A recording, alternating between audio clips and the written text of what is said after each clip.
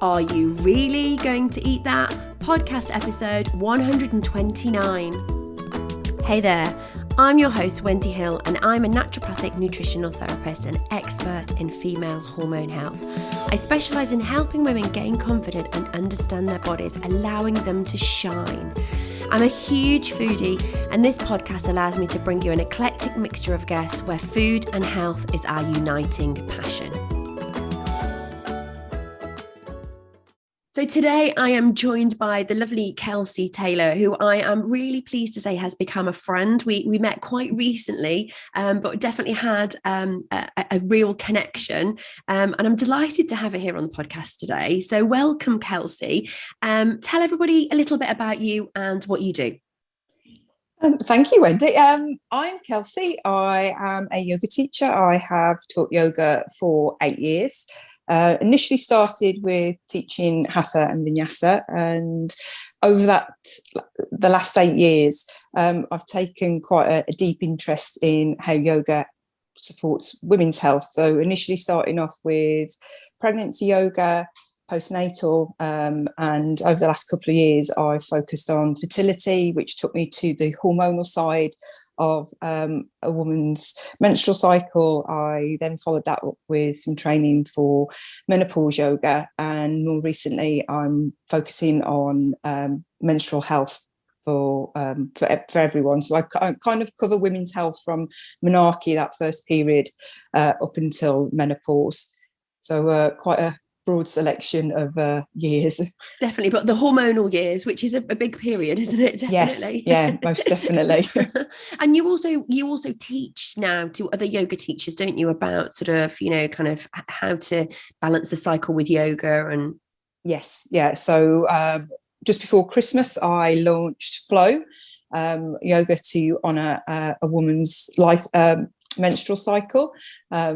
Just because I've just been really, really kind of interested in it. And I just find the more and more women that I talk to, the more that women really don't really understand what's happening every month. And as we have something like, I think it's 468 cycles in our lifetime, it's something that occurs quite frequently. And I do feel that we, as women, should have more of an understanding. I've got 2 daughters. My eldest kind of went through menarche last year, and we have quite a open conversation about how she's feeling physically, mentally, emotionally. So I think it's just important that those kind of dialogues take place every day for the majority of women. I love that, actually. I think that's a really good point. Is something that I found sort of dealing with the perimenopause is that it isn't something that lots of families talk about enough, and as women we need to open those conversations up, don't we? Because I remember getting my first period, and it's not my mum didn't ignore it. We had the conversation about what it was and stuff, but that really was it. And certainly when she was going through menopause, I look back now and I can see, I can kind of pinpoint when that was going on and the changes in her emotionally and things like that. But we didn't discuss it. And I think the more we learn to just have those conversations, that's going to build education in itself, isn't it? Yes, yeah, most definitely. I mean, I can remember my mum had quite a lot of menstrual health problems as she went through her menopause, and I've noticed. I mean, yeah, I'm definitely perimenopausal. Probably have been for longer than I'd realised. Yeah. I think I really had a really bad bout of anxiety about 3 years ago, and if you look at the symptoms, anxiety is one of those symptoms for kind of perimenopause. And I think that's what really kind of kick-started me finding out about how I can support myself, because I saw what my mum went through, and we were quite open. And she did end up having a hysterectomy, but I just know I had menstrual health problems in my teens. And when you go to the GP and they prescribe the The pill. the They usually give hormonal you the pill. pill, don't they? They give That's you the it. pill, Yeah, and yeah. that's it. You kind of think, oh, I've got You go, my regular period now. when you reach But a certain age, they it's give not. you the pill when you're a teenager, and then they just give you HRT when you get older, don't they? And this kind of Yeah. like, that's it. For those people who don't know anything about yoga, could you just explain a little bit about the main forms of the main different forms and how they differ? There are a lot of forms. So I'm going to talk about the classes that you would normally see advertised, because Okay. yoga itself as a topic is quite a vast topic. It's the connection of the mind, the body. It's how we treat ourselves. That includes nutrition and how we treat others. But when you see the majority of classes that are advertised, they are the asana practices with some breath work and some mindfulness. So hatha is the kind of original yoga, and all of the yoga comes from hatha yoga. And within hatha yoga, you've got the physical forms, so the movements that we do to create strength or to stretch or to send the energy around the body. And then that includes your breath work, your concentration, and normally the majority of lessons always finish in some sort of relaxation, mindfulness, and then some savasana. Coming off that, all the movements are the same, but it's just how you do it. So if you see a vinyasa class or a flow class, they would be the same movements, but we would use the breath. So it would be you kind of going into warrior 2, and then as you exhale, moving into another pose, and as you inhale, moving back into another pose. So it's just a change of tempo. Things like Ashtanga are quite high impact. There's a lot of jumping. There's a lot of stillness within Ashtanga, because you're supposed to hold the poses for 5 breaths, but that in itself brings strength and warmth and heat in the body. And then on the opposite spectrum of that, you've probably heard of yin yoga. Now, yin yoga is the only yoga that I'm aware of that's not from the traditional Indian background. It's actually based on Taoism and kind of uses the energy channels of that you'd find in acupressure and acupuncture. So I always describe yin as you do all the physical movement, and it's a bit like when you want to water your garden. You've got your hose pipe, but if you've got a big knot in your hose pipe, that you're not going to be able to water anything. So yin is kind of stretching the energy channels, that hose pipe within the body, to allow the energy to flow through, because when the energy doesn't move as it should do, that's when we become fatigued, overwhelmed, get injuries and get illness. And then if you wanted to, because some people think yin's quite soft, but we should stress the body. So we do hold the positions for 2-3 onwards minutes.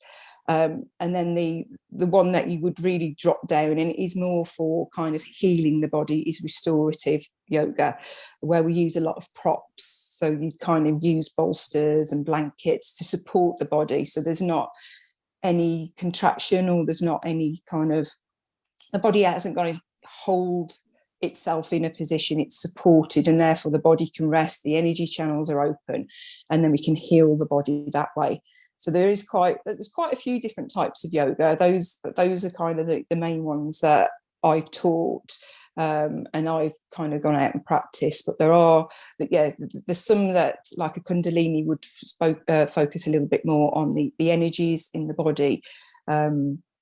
So there is a lot out there, and it can be quite confusing, but they are literally all different types of yoga that somebody's just changed the intention of that movement, whether it's stillness, whether it's a little bit fast paced. How can yoga help sort of those symptoms of perimenopause and ease them a bit? So when we do some of the physical movements, that affects the energy channels within the body. But as well as the physical movements, you've mentioned kind of the breath work, and being slow would kind of calm the parasympathetic nervous system. So you've got kind of one that lifts. So we've all heard of fight and flight, when the body gets ready to kind of react to like an emergency situation. And then we have rest and digest, where the body is calm, it can rest, it can digest the food. And the fight and flight is very important to us because that's our protection. That's what keeps us alive, because we need to kind of not touch something that's hot, or not kind of step in front of a car or something. We need to kind of have that within our system. But if we're always at that high level, that's when the cortisol comes in, and the adrenaline, and we just stress the body in a really, really unhealthy manner. And we do get a lot of stress within our perimenopause, and we also start to fear. We don't kind of understand the changes that are occurring within the body, especially if we haven't kind of put it down to being perimenopause, or we might have had a little bit of weight gain, and we might find that we're getting a little bit stressed with things, and then that self-doubt kicks in. I think that's what personally happened to me a few years ago, without realizing it was kind of all hormonal. But you can also get a bit angry and irritable. So the first week of the course that I do actually looks at emotions, because your emotions are what affects kind of your surroundings. So if you don't feel good within yourself and you get up, the way that you interact with your family, your work colleagues, strangers, that's what we don't kind of register when we think about symptoms. We can become quite anxious, and then we can kind of take a step back from life, because we're a bit like we're not interacting. There's a lot of women that start to doubt themselves in the workplace, and it's the emotional side of it is a huge transformation, and it's kind of identifying that and then allowing the body to rest. So the first week in my course, we look at menorrhage and that feeling of anger, and the anger comes from fear, because we're not quite sure what's gone on. We're kind of at a point in our life where we might carry a little bit of baggage. We care for others, we've got careers, we're kind of juggling everything. So actually kind of anger within the body is associated with the liver. So the movements that we do are kind of hip openers, where we kind of use the energy channels of the liver to help kind of calm the body. Anxiety is, we kind of think about the adrenal glands and the spleen.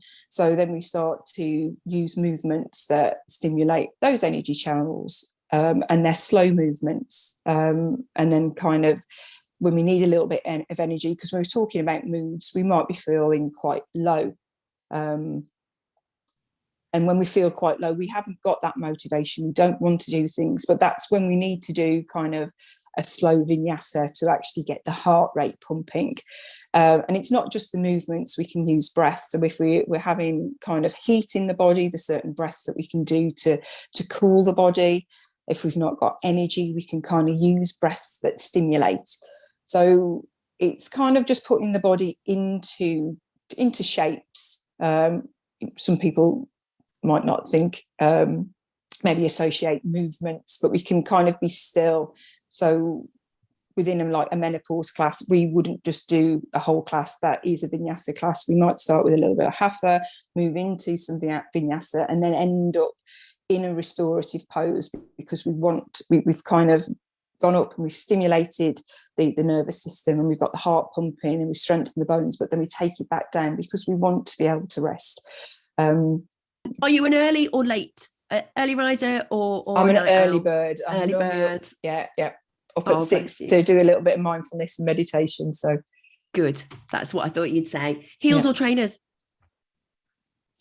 No, I do love a pair of heels, but I just don't go out very often. I love that. Granola or eggs? Granola. Oh, okay. And green tea or builders? What was that? Sorry. Green tea or builders? Green tea. Brilliant. Yeah. Love it. And my last question of you today, thank you so much for being here. The one that I ask all my guests is, what have you got for tea? Oh, I have got a rice and bean stir fry today. I'm gonna be eating a larger meal at lunchtime because I'm teaching this evening. So I try and just swap things around so my digestive system isn't working while I'm practicing. So Brilliant. Brilliant. So yeah, lovely. Sounds lovely. Can I come? Yes. Thanks so much. Really, I've really enjoyed talking today. Thank you. Thank you for having me. It's been an absolute pleasure. Thank you for listening to the Are You Really Going to Eat That podcast. If you enjoyed this episode, why not share it with your family and friends? And the best way to help me get out to a wider audience would be to leave me a review. So if you just got a couple of minutes, if you popped into iTunes and just scroll down to the bottom, click 5 stars, of course, and leave me a review, that really helps our ratings. And to make sure you get every episode in your inbox on a Wednesday as it's released, remember to click subscribe. Thank you so much for your support. Tune in again next week for the latest episode.